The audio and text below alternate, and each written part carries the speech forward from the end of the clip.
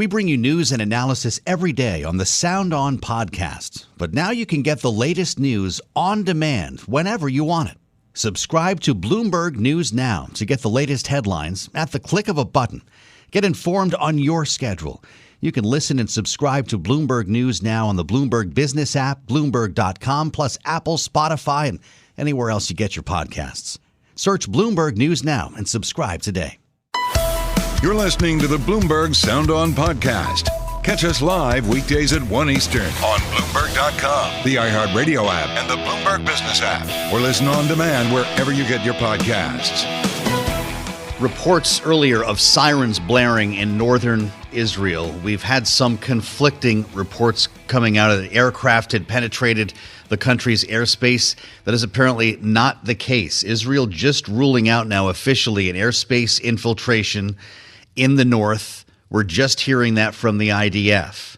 Israeli jets, according to Bloomberg, and we're reading this on the terminal here together, did strike targets in Lebanon after the militia there launched guided missiles at an army post in northern Israel, underscoring what Chairman McCall just said.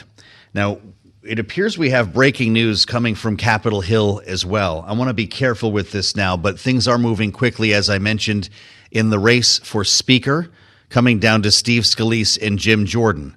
We are already getting reports now that Steve Scalise is going to win the Republican nomination for House Speaker. Remembering this was the vote today behind closed doors before this goes into the House chamber for a real vote in public as soon as tomorrow.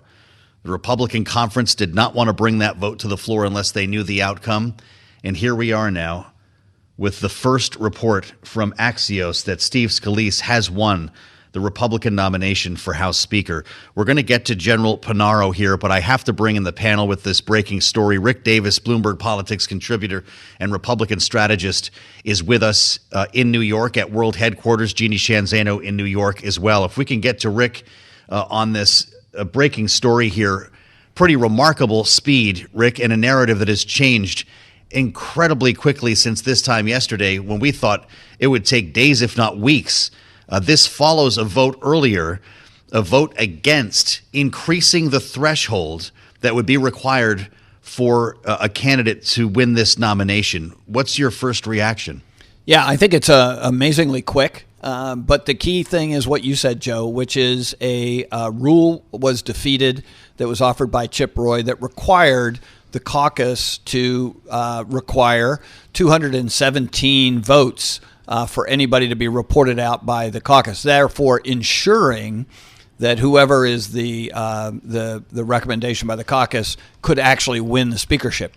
That was defeated, opening the gates for Steve Scalise to win. He was opposed to that measure, and Jim Jordan was for it. And so it was a bit of a proxy fight. And when that did not pass, then it only required a majority of those voting at the caucus to make a recommendation. But you pointed out the key thing, Joe. This is just a recommendation. The caucus is, under its rules, required to support whoever comes out of this caucus vote, whoever gets the majority. So technically, these Republicans are going to march down to the floor probably pretty quick, take a vote, and 220 of them are going to vote for Stephen Scalise. We're not sure that's actually going to happen. Kevin McCarthy couldn't make that magic work. And so the next hurdle is the key hurdle for success to reach the speakership if you're Steve Scalise. Remarkable. If you're just joining us on Bloomberg Radio and on YouTube, we do have breaking news. Steve Scalise has won the Republican nomination to be the next speaker. That's ahead of a floor vote that has yet to be scheduled, though as we were just suggesting, it might be tomorrow, certainly as soon as tomorrow. Steve Scalise said earlier he was confident we would have a speaker by the end of the day. Jeanne, how did this change so quickly under our feet?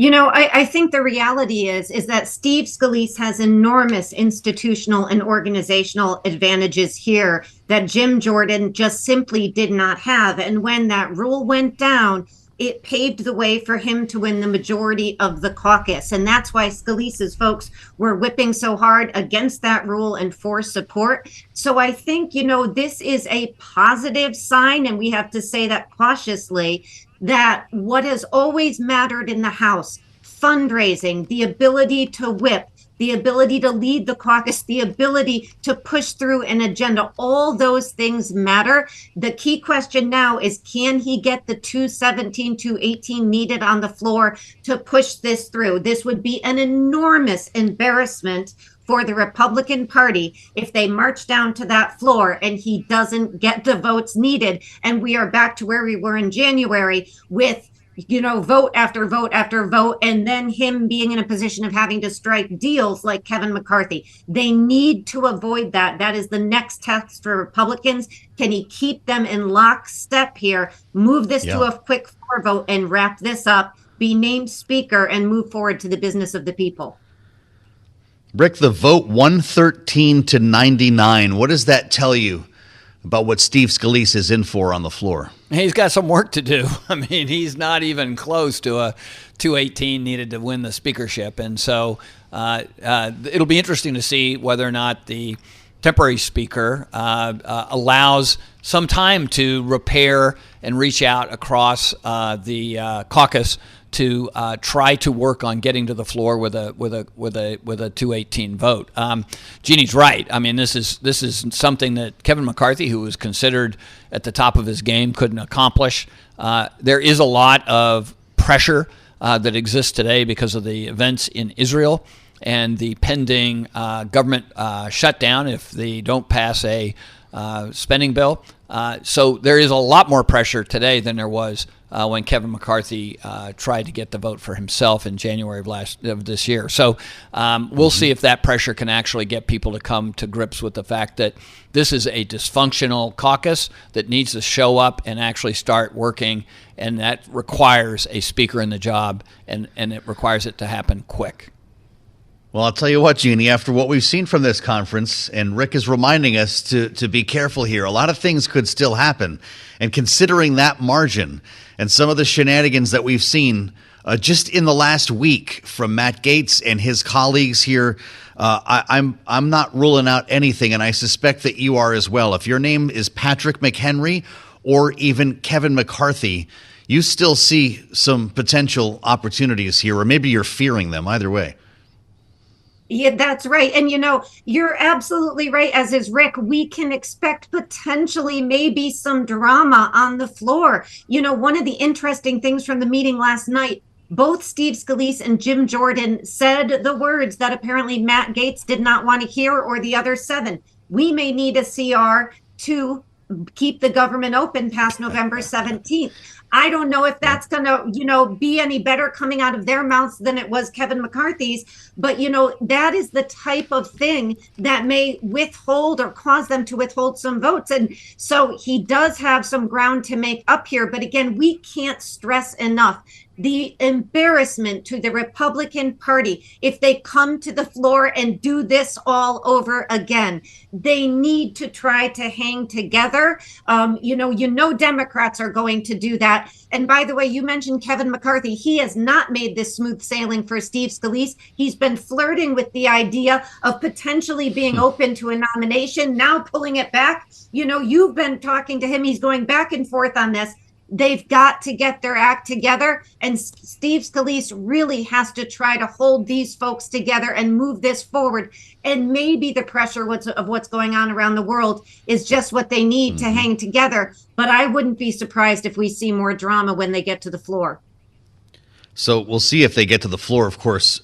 Rick, that was an interesting move to knock down the idea of raising the threshold to 217. It would have made it much more difficult for Steve Scalise or Jim Jordan to win that nomination today. What was the strategy? Brian Fitzpatrick and Chip Roy were the 2 lawmakers who wanted to change that threshold. What was the strategy there? Yeah, the concept there was to make sausage behind closed doors. When Kevin McCarthy took 15 ballots to get to the speakership, it was because he couldn't get to that 218 number.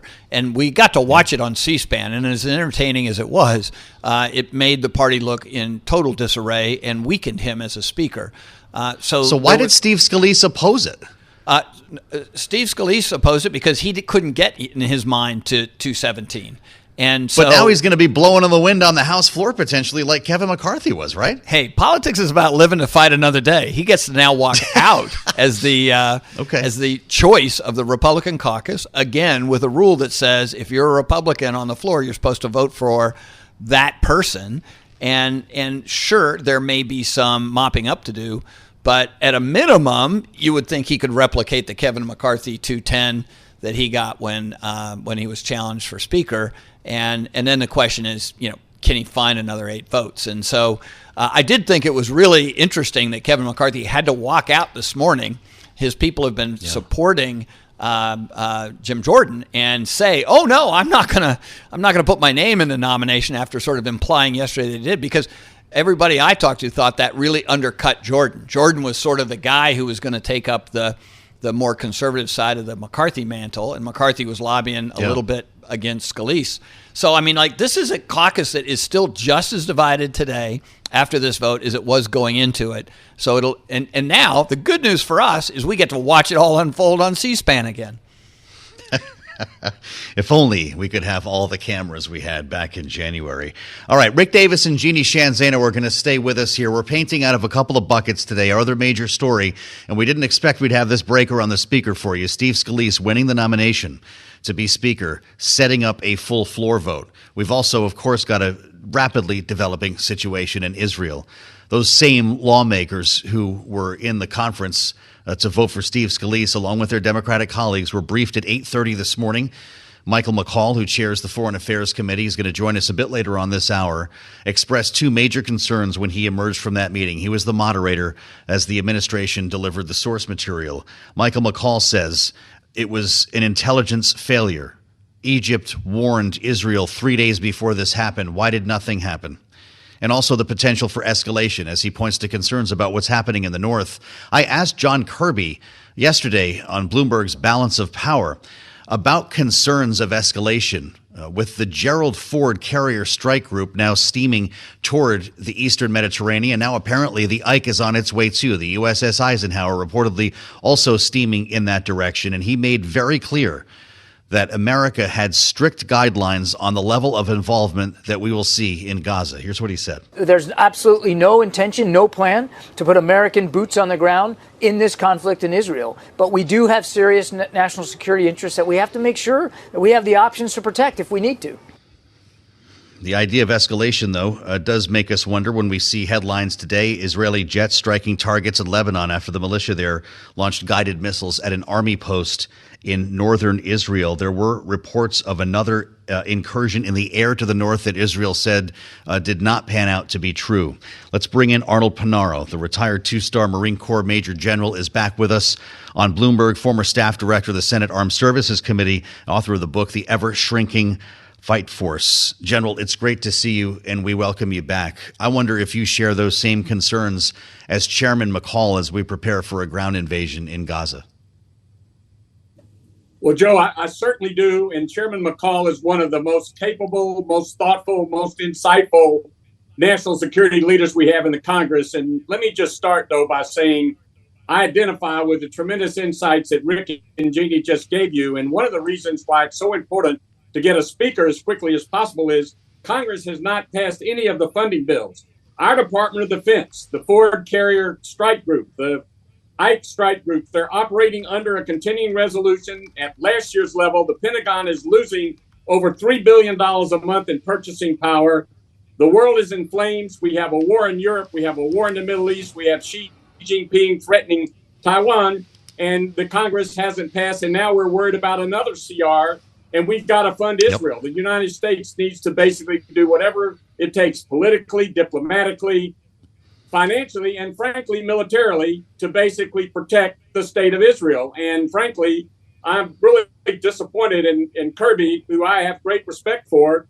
You never take anything off the table militarily. And if Lebanon and Iran try to escalate, the United States should make it very clear. And I think one of the reasons we have a carrier battle group in the Eastern Med is so that if they try something, they will pay severe consequences. And so while you may not certainly want boots on the ground, we certainly have a lot of capability if Iran or Hezbollah or Syria or anybody else starts stirring the pot. But Chairman McCall is legitimately and should be concerned. But I think would be some counters to that. Over. Well, talk to me more about that. The idea of projecting American power with a carrier strike group is not unique. But in this case, are we providing command and control operations? Are we actually standing by fueling up fighter jets in case something happens here? This is clearly not an air war yet.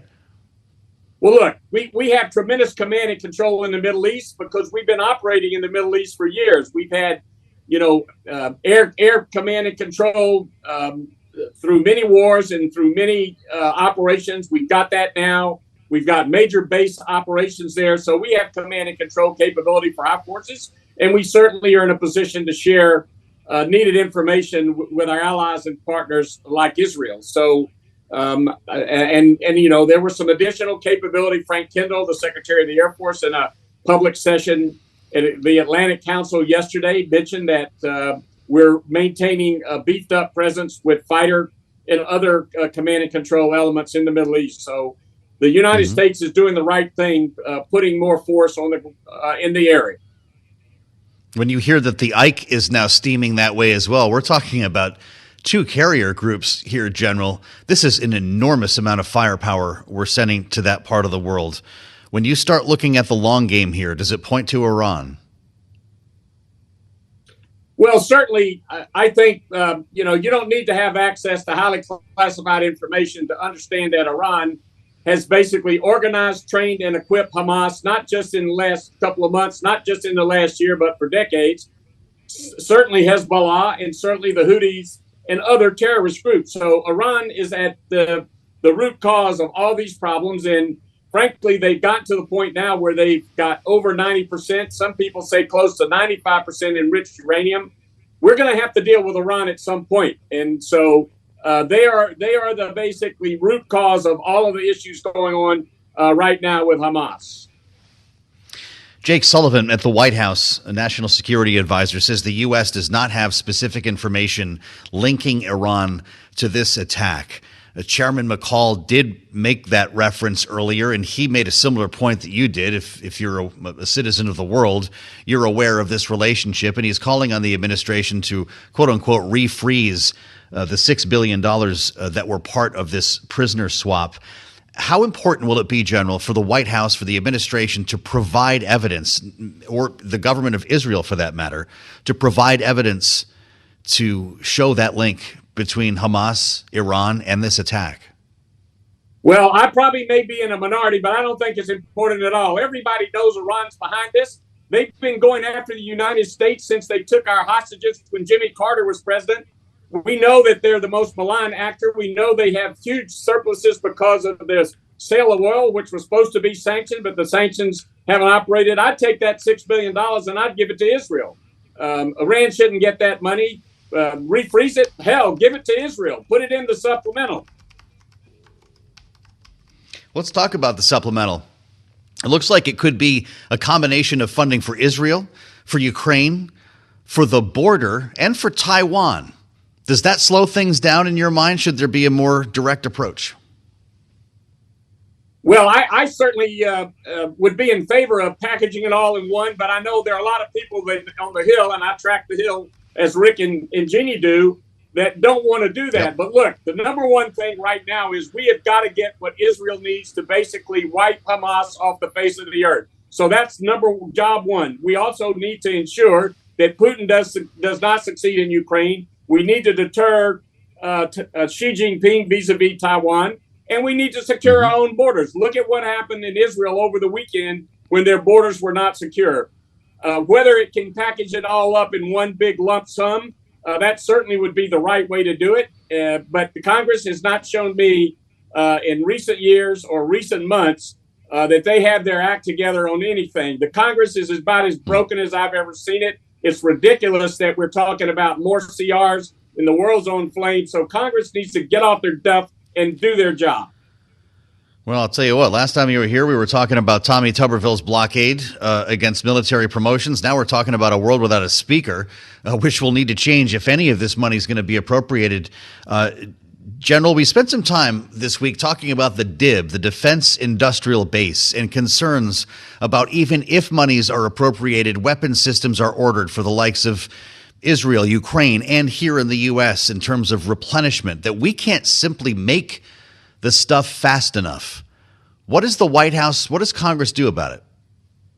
Well, Joe, unfortunately, the situation is that our defense industrial base, which was consolidated after Secretary of Defense Bill Perry had the Last Supper, and the way the DoD structured their buying habits, our industry has been consolidated, and we don't have sufficient industrial capacity to support our own national defense strategy, either the one that was put in place by Trump or the one that's in place now under Biden, which is relatively unchanged from what Secretary of Defense Mattis put in place. We don't have that capacity. We've got to build that capacity. It takes time to build that capacity, and it takes an effort by the White House and the Pentagon.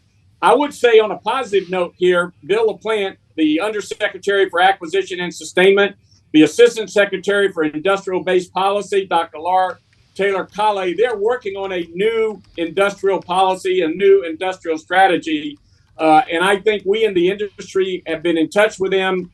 I think that we are prepared to make the kind of investments that are needed as long as the demand signal is there, and it's going to be continuous. You can't basically call up industry one day and say, hey, look, you got to build some more 155 artillery shells, but we're only going to give you a contract for 3 months or 6 months or even a year. I mean, if you want to build the kind of capacity we need to implement the national defense strategy, but also to basically support our allies and our partners, Ukraine, Israel, Taiwan, that's a multi-year effort. And the Congress, I think, is very supportive of that. They've added one of the tremendous advantages we have vis-a-vis China is our submarine force.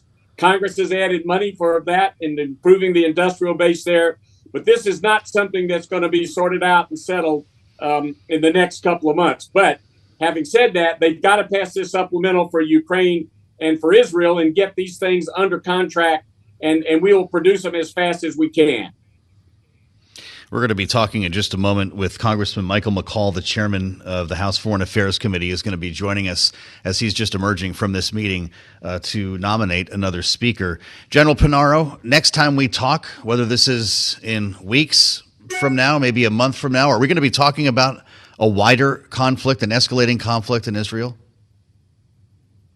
That's certainly a possibility. I mean, no one can predict. I mean, look, the one thing we all know is war is totally unpredictable and the enemy gets a vote. I think if the United States is very firm and has the support of our allies, the United Kingdom, France, Italy, the major NATO partners, and we basically say to the people that would escalate, which is basically Iran, Hezbollah, and others like that, you escalate, basically, you're going to pay some severe consequences. I don't think we'll be talking about a wider war. And certainly, if we don't provide the kind of implements of war that Israel needs to take care of Hamas in Gaza, and by the way, that's going to be a very, very difficult conduct operations in built-up areas. Clausewitz has said is one of the most difficult operations. It favors the defender, which is Hamas. It's going to be bloody. It's going to take a long time. But Israel has no option but to do it to basically keep the state of Israel to survive. General, it's great to have you, and I appreciate your insights today. Never one to mince words. Arnold Punaro, retired two-star Marine Corps general who spent time as staff director of the Senate Armed Services Committee. We're going to be speaking with the chairman of the House Foreign Affairs Committee in a moment as we prepare to make a connection with Congressman Michael McCaul.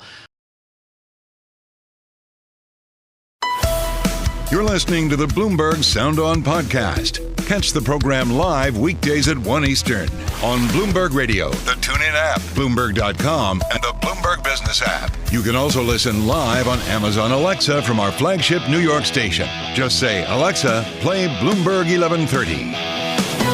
I'm Joe Mathieu in Washington. Thanks for being with us here on Bloomberg Sound On with two major stories that we're following here developing before our eyes, and we've spent the hour discussing them with Rick Davis and Jeanne Zaino as we now prepare to add the voice of Congressman Michael McCaul. For starters, a breaker here on Bloomberg this hour. Steve Scalise has been nominated to be the next Republican Speaker of the House. This was the vote that took place behind closed doors that will lead to, at least eventually, a floor vote that would codify this. And there are reports that could happen as soon as today, even though some expected it originally to be on Wednesday. We're also following the bead on Israel here with constant updates. There was concern about an infiltration in the north earlier. The Israelis have clarified that to not be the case. But there was an all-hands briefing in the House by the administration earlier today, and moderating that briefing was the chairman of the House Foreign Affairs Committee, who joins us right now from Capitol Hill, Congressman Michael McCaul. We welcome you back, Mr. Chairman. It's good to see you, and I know you're having a very busy day here. If I could start with the matter of Israel, you said some important things to reporters in your briefing when you emerged, beginning with the fact that the Egyptians gave intelligence to Israel 3 days before the attack that apparently was not acted upon. Do we know why? We don't. We don't even know at what levels the intelligence was shared. But, you know, I think my concern is if we miss this one, Hamas had been planning this for over a year, and we missed it. And if we miss that, then what about Hezbollah? What about ISIS in Syria? What about what Iran is still doing behind the scenes, or the Shia Iran proxies? It made me question our intelligence capabilities here. I think our biggest fear, Joe, is an escalation where I think the fear has always been that if Hamas hit from the south and then Hezbollah hit with 100,000 rockets from the north, they would overload the Iron Dome and destroy Israel. And so I think that is what most of us are concerned about right now, is the escalation that could take place, and how good is our intelligence with respect to that. And then finally, what is our force projection in the region for deterrence purposes to avoid that kind of conflict? Well, we know the Gerald Ford carrier strike group is on its way to the eastern Mediterranean. There are reports now that the USS Eisenhower is also on its way. Mr. Chairman, do you know if the Ike is going in the same direction? Yes, I believe they're headed towards the Mediterranean, and I think that's a good showing of force. Again, I think the goal here is to contain Hamas in Gaza, and that's going to be a huge effort on the part of the IDF to have to go in after the bombing of their command and control, and then go house to house to clear the terrorists out and also rescue the hostages that they're using as human shields. But we cannot afford, again, the scenario of Hezbollah in Lebanon coming in or other radical terrorist organizations. So I applaud the administration for that force projection of these two. We have aircraft carriers and battleships now in the region. We think that will provide deterrence. Mr. Chairman, we spoke with John Kirby at the White House about the role that the Jerry Ford carrier group might play in the region. He indicated that it would be, that is a deterrent, he said, and that it would be effectively command and control. But there have been others who've suggested the need for, and I think you may have spoken to this, the need for U.S. Special Forces to help find hostages, specifically American hostages in Gaza. Is that going to happen? I know that we're coordinating with the IDF. They take the lead. We can provide assistance. We can provide the arms. We can provide the training, if you will. Our special forces did this in Iraq for many years, like in Fallujah in 2004, and we're quite frankly the best at doing this. And I know the FBI hostage rescue team has been tapped into as well, because we have American hostages now. We don't have a definitive answer, but we know about 20 Americans are missing, and we don't know where they are. I would speculate, and I normally don't, but I'm sure we have hostages now in the Gaza, and I think getting those Americans out is our number one priority. Admiral Kirby also said the U.S. is now set to send additional arms aid to Israel in the coming days. Congressman, how much can we send now without actually bringing a supplemental budget request to the floor? That's a great question. I authorized $3.3 billion in foreign military financing to Israel. So far, $420 million of that has been appropriated by Congress. So that can be made available. Also, there is a presidential drawdown authority, and that's about $100 million that he can use to send weapons. What they need right now are the interceptors for the Iron Dome. They need the precision-guided missiles, and they need the 155 ammunition stockpiles. According to the administration, they have that right now. But this is why it's so critical for us to elect a speaker today, because we cannot move on the House floor until we have a speaker. And this is a very dangerous time, obviously. It was dangerous enough with Putin in Ukraine, Chairman Xi in Taiwan, the Pacific, and now we got the Middle East flaring up again. Well, let's talk about the speaker, Chairman McCall. You had a pretty interesting meeting early on today. A lot of people didn't think this was going to happen, but Steve Scalise has been nominated to be the next Republican speaker. Did you vote for him? I did. I can't tell you. It was secret ballot, so I can't tell you by how much, but I think right now the opposing factions are trying to work this out so that when we go to the floor, we get the requisite 217 votes necessary to elect a speaker, not designee, but the Speaker of the House. And then we can take control of the House.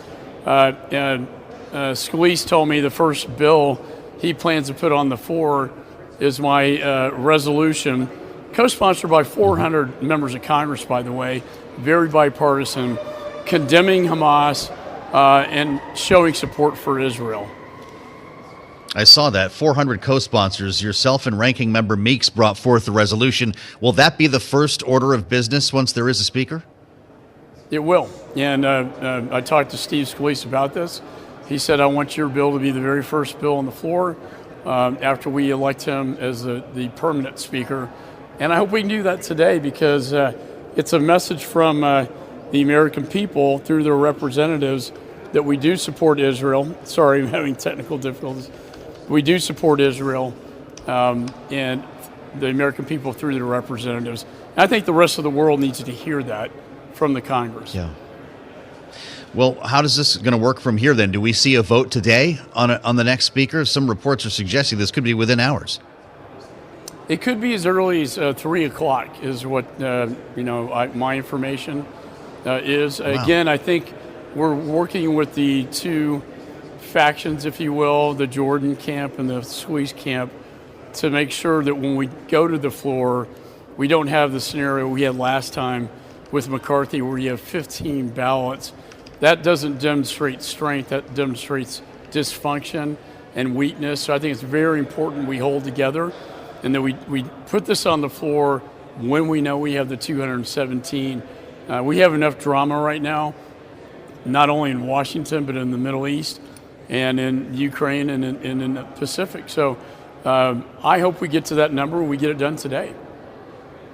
Boy, that would be remarkable and prove a lot of people wrong, Mr. Chairman. What about the 8 so-called troublemakers in your Republican conference? What's different now from last week?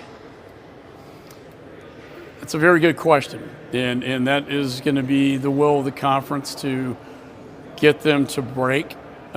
We don't have to have all 8 of them to get to 217, but we need a few of them. And I think that's going to be the critical mass point here, is getting some of those 8 votes to move over to unify as a conference. This is not good for the Republican Party if we can't unify, but it's not good for the American people either, especially at the dangerous time that we're in right now. What I said to my conference was that we cannot afford this anymore. Let's be grown-ups in the room. Let's get a speaker in the chair, and let's do the business of the people and stop messing around with politics.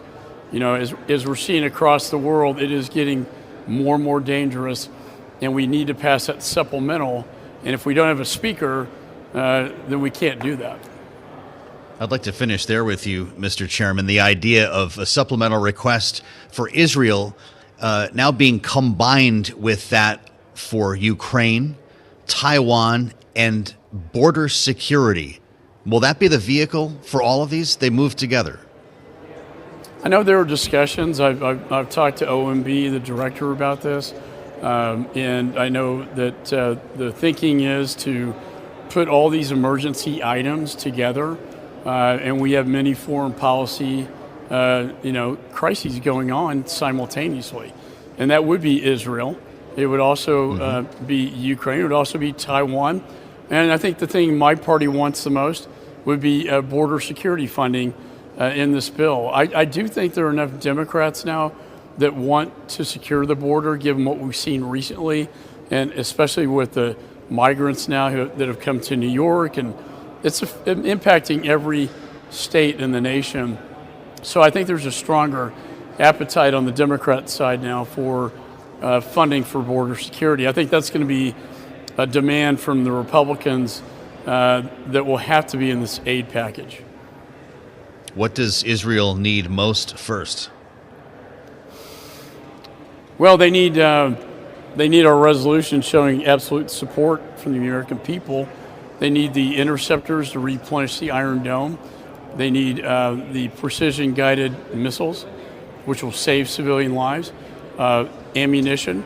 They also need our people there that can help them go house to house in this. What's going to be, Joe, it's not going to end in days. It may not end in weeks. This operation in Gaza, I think the American people need to understand, it could take months for them to do this. And what I worry about is the narrative shifting from Israel being the victim to Israel being the perpetrator as they go into Gaza to rescue the hostages that are there and also take out the terrorists. And I hope people will remember what happened last Saturday. I was in a kibbutz last year with Speaker McCarthy, then Speaker McCarthy, in a kibbutz on the border of Gaza, the closest one to Gaza. And they gave us a tour. They showed us a daycare center, their alarm system.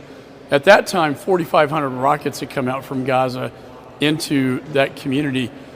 I got reporting that they slaughtered not only all the adults in that community, but they went into the daycare center and killed the children and actually beheaded some of the babies. And the videos I've been receiving, Joe, absolutely grotesque.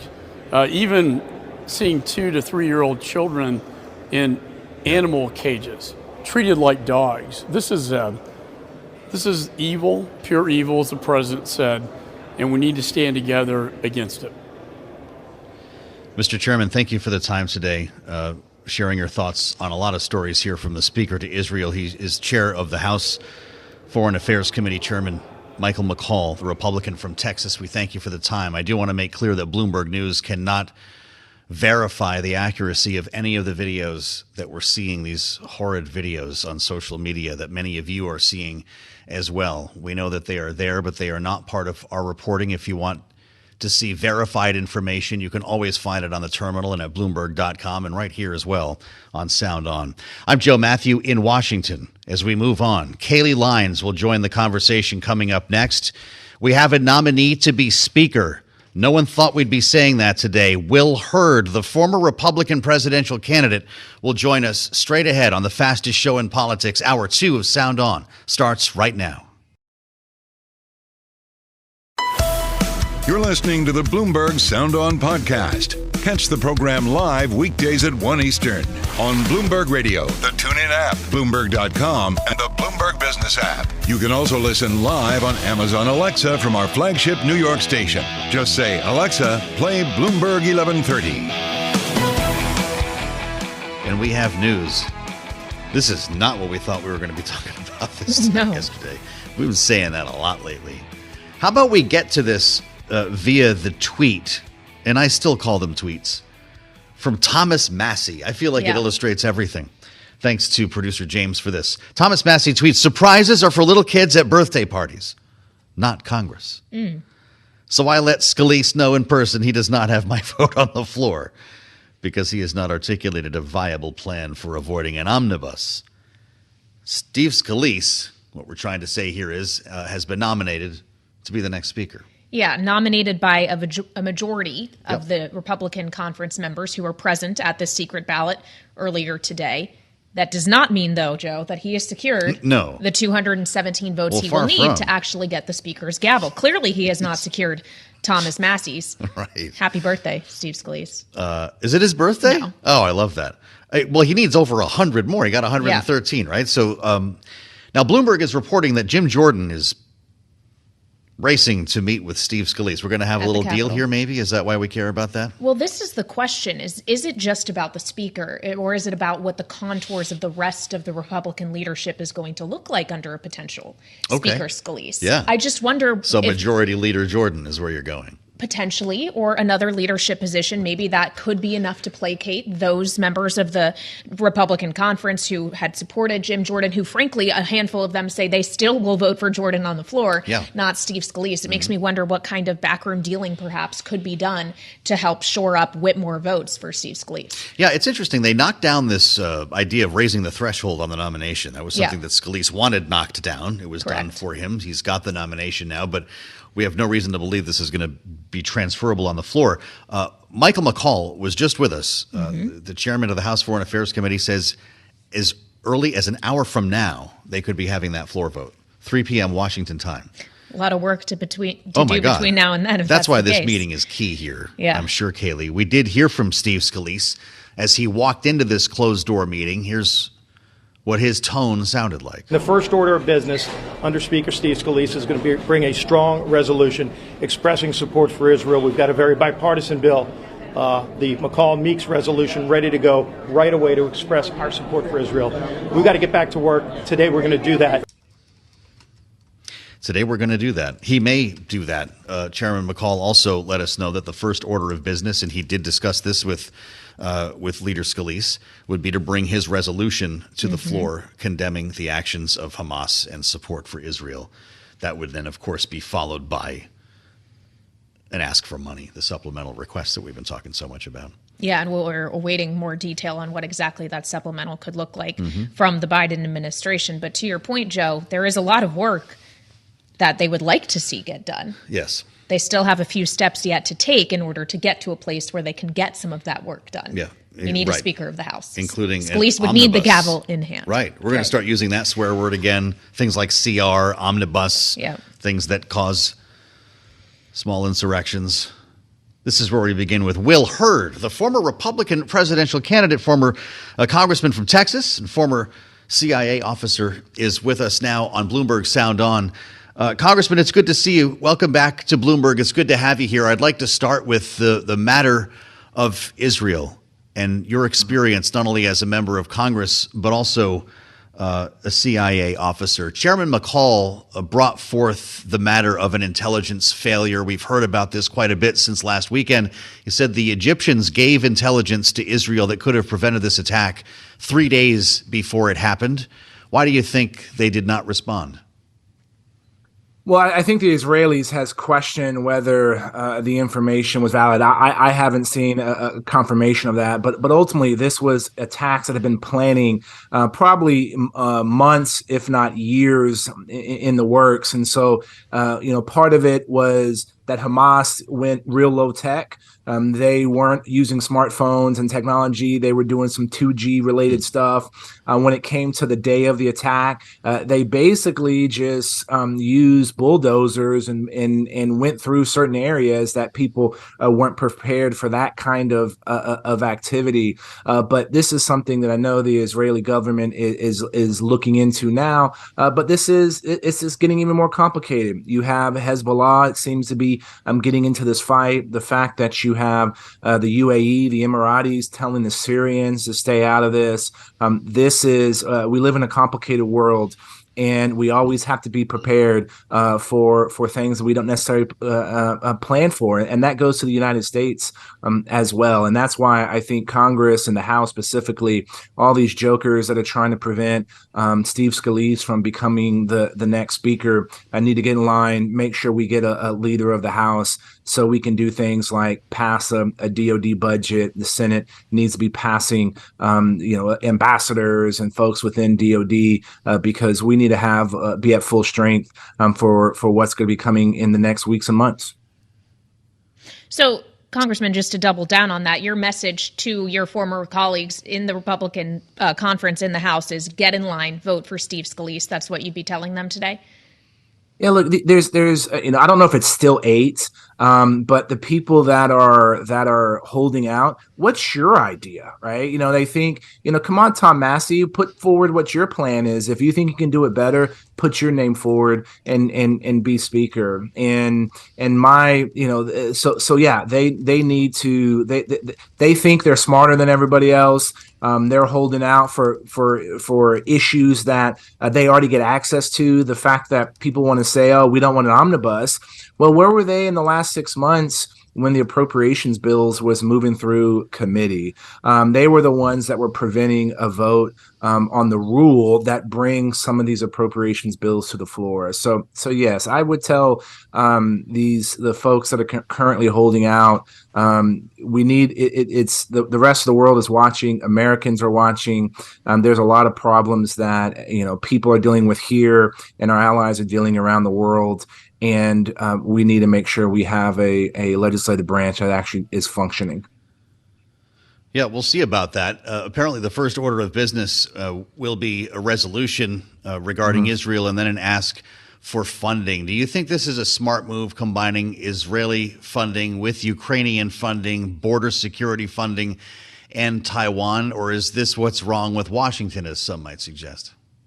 Well, look, I am a opponent of having the 12 appropriations bills, having them come through committee, having the committee debate these, right? Like, that's the process. But now with, I think we're less than 30 days now for the next cliff of interim funding running out. You also can't run, a large business like the American government. We're Fortune 0. You would be the largest company in the world, and having DoD not be able to make decisions from a long-term planning is a problem. We hear about these issues of ammunition problem, right? If we're helping the Ukrainians and we're helping the Israelis, we got to make sure that we have enough, and we need to be having long-term plans in place to ensure that we don't have a munitions problem if this conflict increases, or in order to protect ourselves. So that's where I think we should go. But I keep saying this over and over, that the world is only getting more dangerous, and Hezbollah being in place and playing now is potentially going to make this more complicated. We need to be putting sanctions back on the Iranians, because the Iranians are obviously involved in some form or fashion here. And so these are the steps that we need to be taking in order to protect Americans, but also our allies. We can't do this by ourselves. And guess what? The rest of the world is watching. The Chinese government is trying to blame the current crisis in Israel on the United States, which is absolutely ridiculous. And but having these dumb food fights in Washington that happen almost every 6 months is a waste of everybody's time. Well, as you talk about the world being dangerous and potentially expanding, we are just getting some headlines out from Admiral John Kirby, who, of course, is a spokesman for the NSC, saying there's no sign of a new actor trying to widen the Israel conflict yet. And yet, when we think about where we began this conversation, Congressman, about the intelligence failures, how can we be so sure we wouldn't miss an escalation of some kind? The head of the IRGC Quds Force was in the region months ago, meeting with all these actors that are involved now. The fact that you're seeing the same tactics, techniques, and procedures used by Hezbollah that Hamas did over on Saturday is an indication right there that there is a level of coordination. These two groups would not have done this level of activity without a tacit approval from their masters, which is ultimately Iran. And this is the problem that the Biden administration is playing, like this notion that they're trying to not make Iran out to be the bad guy. The Iranian government is not going to change its spots. They have been lying to and misleading the international community for over 30 years. They have been killing innocent people for over 30 years. They killed their own people that are protesting. And so this notion that hey, there's not a smoking gun, that the Iranians are behind it. The fact that you had the leader of, in essence, the combination of Iranian special forces and intelligence meeting with senior leaders of these groups that did this attack, we call that smoke. I have to ask you about the campaign that you just left. And I'm sure that you're going through some interesting emotions having come off the trail here, but you did endorse Nikki Haley. Will Hurd, I wonder your thoughts on how she can close the gap, if that's even possible, with Donald Trump, who's leading her anywhere from 50 to 60 points, depending on the polls. I know she's emerging as a real contender for number 2 here, but Donald Trump won't even be on the stage again at this next debate, and no one seems to be able to lay a glove on him. Well, he's not going to be on the debates because he's afraid to debate, and he's afraid to have people come at him. And ultimately, one of the things that Nikki Haley has right now is she has momentum. She has a great grassroots game on the ground in places like Iowa and New Hampshire. Yes, Donald Trump is the leader of the pack right now, but Donald Trump being the Republican nominee is not inevitable. And one of the reasons that Nikki Haley is building momentum is she's trying to make sure America is focused on the most important issues. That's national security, border security, our economy, education. And imagine, with this complicated world that we've just been talking about for the last couple of years, I want someone who can go in on day one and deal with these issues. I don't want people that are in their 80s having to deal with this or completely unpredictable. And that's why, as I wanted to be the nominee, but that's why I'm proud to ultimately support Ambassador Haley, because I think she has the tools and the momentum to put a dent. We have a long way to go before voting happens, but it's important that we start consolidating between Halloween and Thanksgiving, because this is a critical time in these campaigns, and we can't make the same mistakes that we made in 2016. Congressman, we only have 30 seconds left, but what does it signal to you that former President Trump said he endorsed Jim Jordan for the Speaker's nomination and he didn't get it? Well, Donald Trump is not the kingmaker that he thinks he is, and that there's a lot of people that are sick and tired of his baggage and recognize that the last time Donald Trump won was in 2016. He lost the Senate in 2018. He lost the House in 2020, and he's been red away from happening. And this is not going to change. Glad to have you back with us, Will Hurd. Don't be a stranger. The former congressman, former CIA officer, and former Republican presidential candidate with us today on Sound On. I'm Joe Mathieu with Kailey Leinz. Breaking news on the Speaker next. This is Bloomberg. You're listening to the Bloomberg Sound On podcast. Catch the program live weekdays at 1 Eastern on Bloomberg Radio, the TuneIn app, Bloomberg.com, and the Bloomberg Business app. You can also listen live on Amazon Alexa from our flagship New York station. Just say, Alexa, play Bloomberg 1130. We have breaking news on the race for Speaker. If you've been with us since we took air about 90 minutes ago, you've been following along. We have a nominee. That's how this all began around 1 p.m. Eastern Time. Steve Scalise, nominated by his Republican colleagues, at least some of them in the House. Not enough to actually win the speakership, though, and it's still unclear exactly when this is going to go to the floor.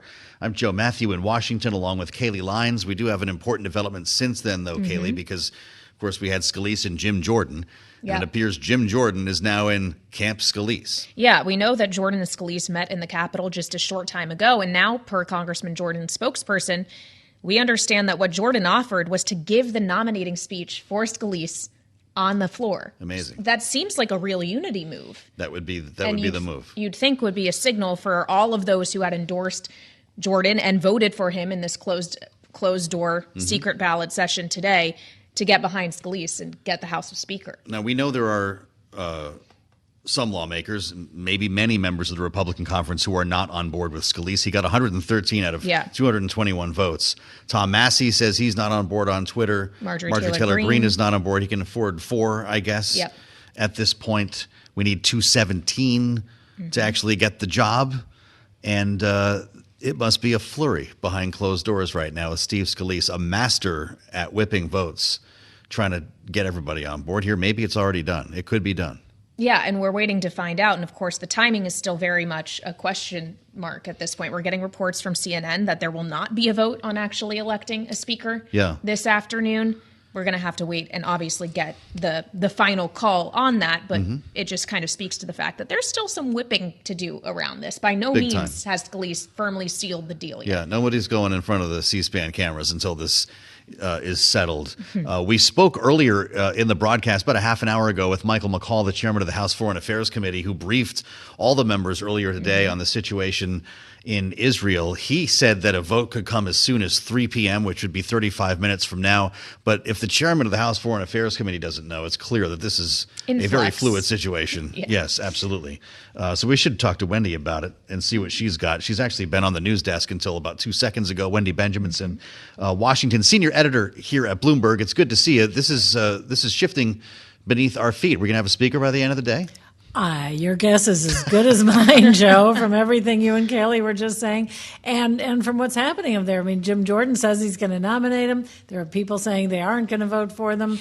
I think having the vote is probably something Scalise wants, because let's just wrap this up and move on. Yeah. I do think they may be being pressured, one, by the impression the U.S. is getting that these guys may not be fit to govern, that there's kind of a clown car atmosphere around all of this since they ousted McCarthy, while there are some very, very serious issues going on, not the least of which is the war in Israel and the spending fight that needs to happen before November 17th when it shuts down again. But there are already people complaining about the vote at 3 o'clock, saying that doesn't give us enough time. We don't know who we're going to vote for. So the House, as is typical, may recess and come back tomorrow and try it again. Okay. Well, and it's worth noting, they at least a decent chunk of them tried to get themselves more time to do this behind closed doors. Yeah. That rules change proposal that got tabled earlier today, but would have raised the threshold to make sure that 217 was secure before it got to the floor. Well, I bet Scalise is pretty happy that rules change got blocked. Yeah. Right, because he got 113. He's got a ways to go to lock this up. But what that means, though, Wendy, is that to your point about kind of the public perception and, clown show, whatever, they might have to go through many rounds publicly on the floor in front of the American people and the rest of the world again if he doesn't secure 217 in advance. That's right. And the next thing that will happen, as I can be pretty certain, is that Donald Trump, who endorsed Jim Jordan, will start complaining about Steve Scalise, will harden some of the people like Marjorie Taylor Greene and Tom Massey against Scalise, and really help smooth things out. Yep. We talked to Rick Davis about that last hour, and he, because the idea that Scalise wouldn't want that threshold raised and expose himself to potential embarrassment on the floor. He said it's politics. The only rule is to live to fight another day. And so here he is now. Maybe that does take place behind closed doors. Jim Jordan might be the key to that, but we're still not sure where all the 8 members stand. Matt Gaetz is in Scalise's camp, right? Based on what you saw on Twitter. Scalise greater than McCarthy was the tweet. But he had said, and he told you and Anne Marie on Balance of Power, Joe, that he would be fine with either. Sure. That either Jordan or Scalise was better in his mind than Kevin McCarthy. Well, so is Kevin McCarthy drinking something expensive tonight? Is this idea of a unity candidate gone? A unity speaker? You mean him being a unity speaker? Named Kevin McCarthy. It may be. I mean, I think his idea when he said yesterday, don't nominate me today or tomorrow, meaning yesterday or today at this point, I think he was thinking he could come in and be the knight in shining armor on a white horse and save the day. Miss me at yet? The end. Yes, exactly. But maybe he doesn't need to. I think, honestly, I think Kevin McCarthy's interest is in this coming together because they will, this will hurt their chances to hold the majority even a year from now if this sort of shenanigans keep going on. And there are some serious issues, as I said, that need to be addressed. And I think they all realize that. Well, and given those issues, which there is a bipartisan call for the issue of Israel to be addressed, for Congress to pass a resolution condemning Hamas or do whatever needs to be done in terms of approving additional aid. Could we see, knowing that urgency, Democrats do something we wouldn't expect them to? I don't think so. Or is that just... I don't think so this time. I think perhaps if this were a 9/11 situation, and God forbid it would be a 9/11 situation, I think if it were something on American soil involving more Americans, maybe at that extreme would they do something. But right now, they're going to put up Hakeem Jeffries as their nominee. Then Steve Scalise will probably be the nominee that the Republicans put up, and then they'll Jeffries won't have enough votes. Scalise may have not have enough votes. And then we're back to the January show all over again. The January show. That could be on Netflix. I feel like it would be a big hit. Kind Lots of seasons. A number of years, actually. We'll have Larry David direct it. So we, as I mentioned, heard from Chairman Michael McCaul, Republican from Texas. He's got a lot of influence in the conference, and he's got his eyes on the 8 who caused this. Here's what he told us. And I think that's going to be the critical mass point here, is getting some of those 8 votes to move over to unify as a conference. This is not good for the Republican Party if we can't unify, but it's not good for the American people either, especially at the dangerous time that we're in right now. What I said to my conference was that we cannot afford this anymore. Let's be grown-ups in the room. Let's get a speaker in the chair, and let's do the business of the people and stop messing around with politics. I suspect he might have more colorful language for someone like Matt Gaetz in person, but you can hear the concern in the chairman's voice. Absolutely. You can hear his concern. And we heard it from Larry Hogan, the former Maryland governor, who we had in yesterday in the Bloomberg newsroom, called Matt Gaetz a cancer on Congress. This is really, he is not. On the record. Yeah. He is not the most popular guy in the House right now for causing all of these problems in an election year where they do want to look like grown-ups in the room. It's just so funny that we keep coming back to that phrase, the grown-up in the room. I mean, McCarthy said it a couple of weeks ago, and we keep coming back to that. And, being a House member, as Governor Hogan said, means more than a social media clever quip. Yeah. Well, and that's one unpopular guy in the Republican conference. Another at this moment is Congressman George Santos, who is now facing an expulsion resolution after a superseding indictment yesterday. That he was stealing donors' identities. That's the charge, right? I mean, how long does he have in this House, do you think? I think we should get out the watch and start looking at this. I think right now, if they can get past the speaker nonsense, there will be a vote to expel him. It's his own delegation that put up the motion from the to state expel of New York. him. Yeah. So they want to stay in power. Remember, that's what drives politicians, right? Mm-hmm. Staying in power. Mm-hmm. And if you have someone who is dragging the whole group down, then they're going to chuck him out. Even if it makes the math even more difficult. That's true. For a thin Republican majority. And I think a Republican has already announced that he or she, I don't remember who it is, will run for Santos' seat, even though that's kind of a Democratic area in Long Island. Right. But we'll see. We saw the Swazi campaign announcement as well. That'll be an interesting race, no matter who it is. Wendy, great to have you as always. Wendy Benjaminson from the newsroom here at Bloomberg. She'll be back to running the terminal now that we're letting her go. Thanks for listening to the Sound On podcast. Make sure to subscribe if you haven't already at Apple, Spotify, and anywhere else you get your podcasts.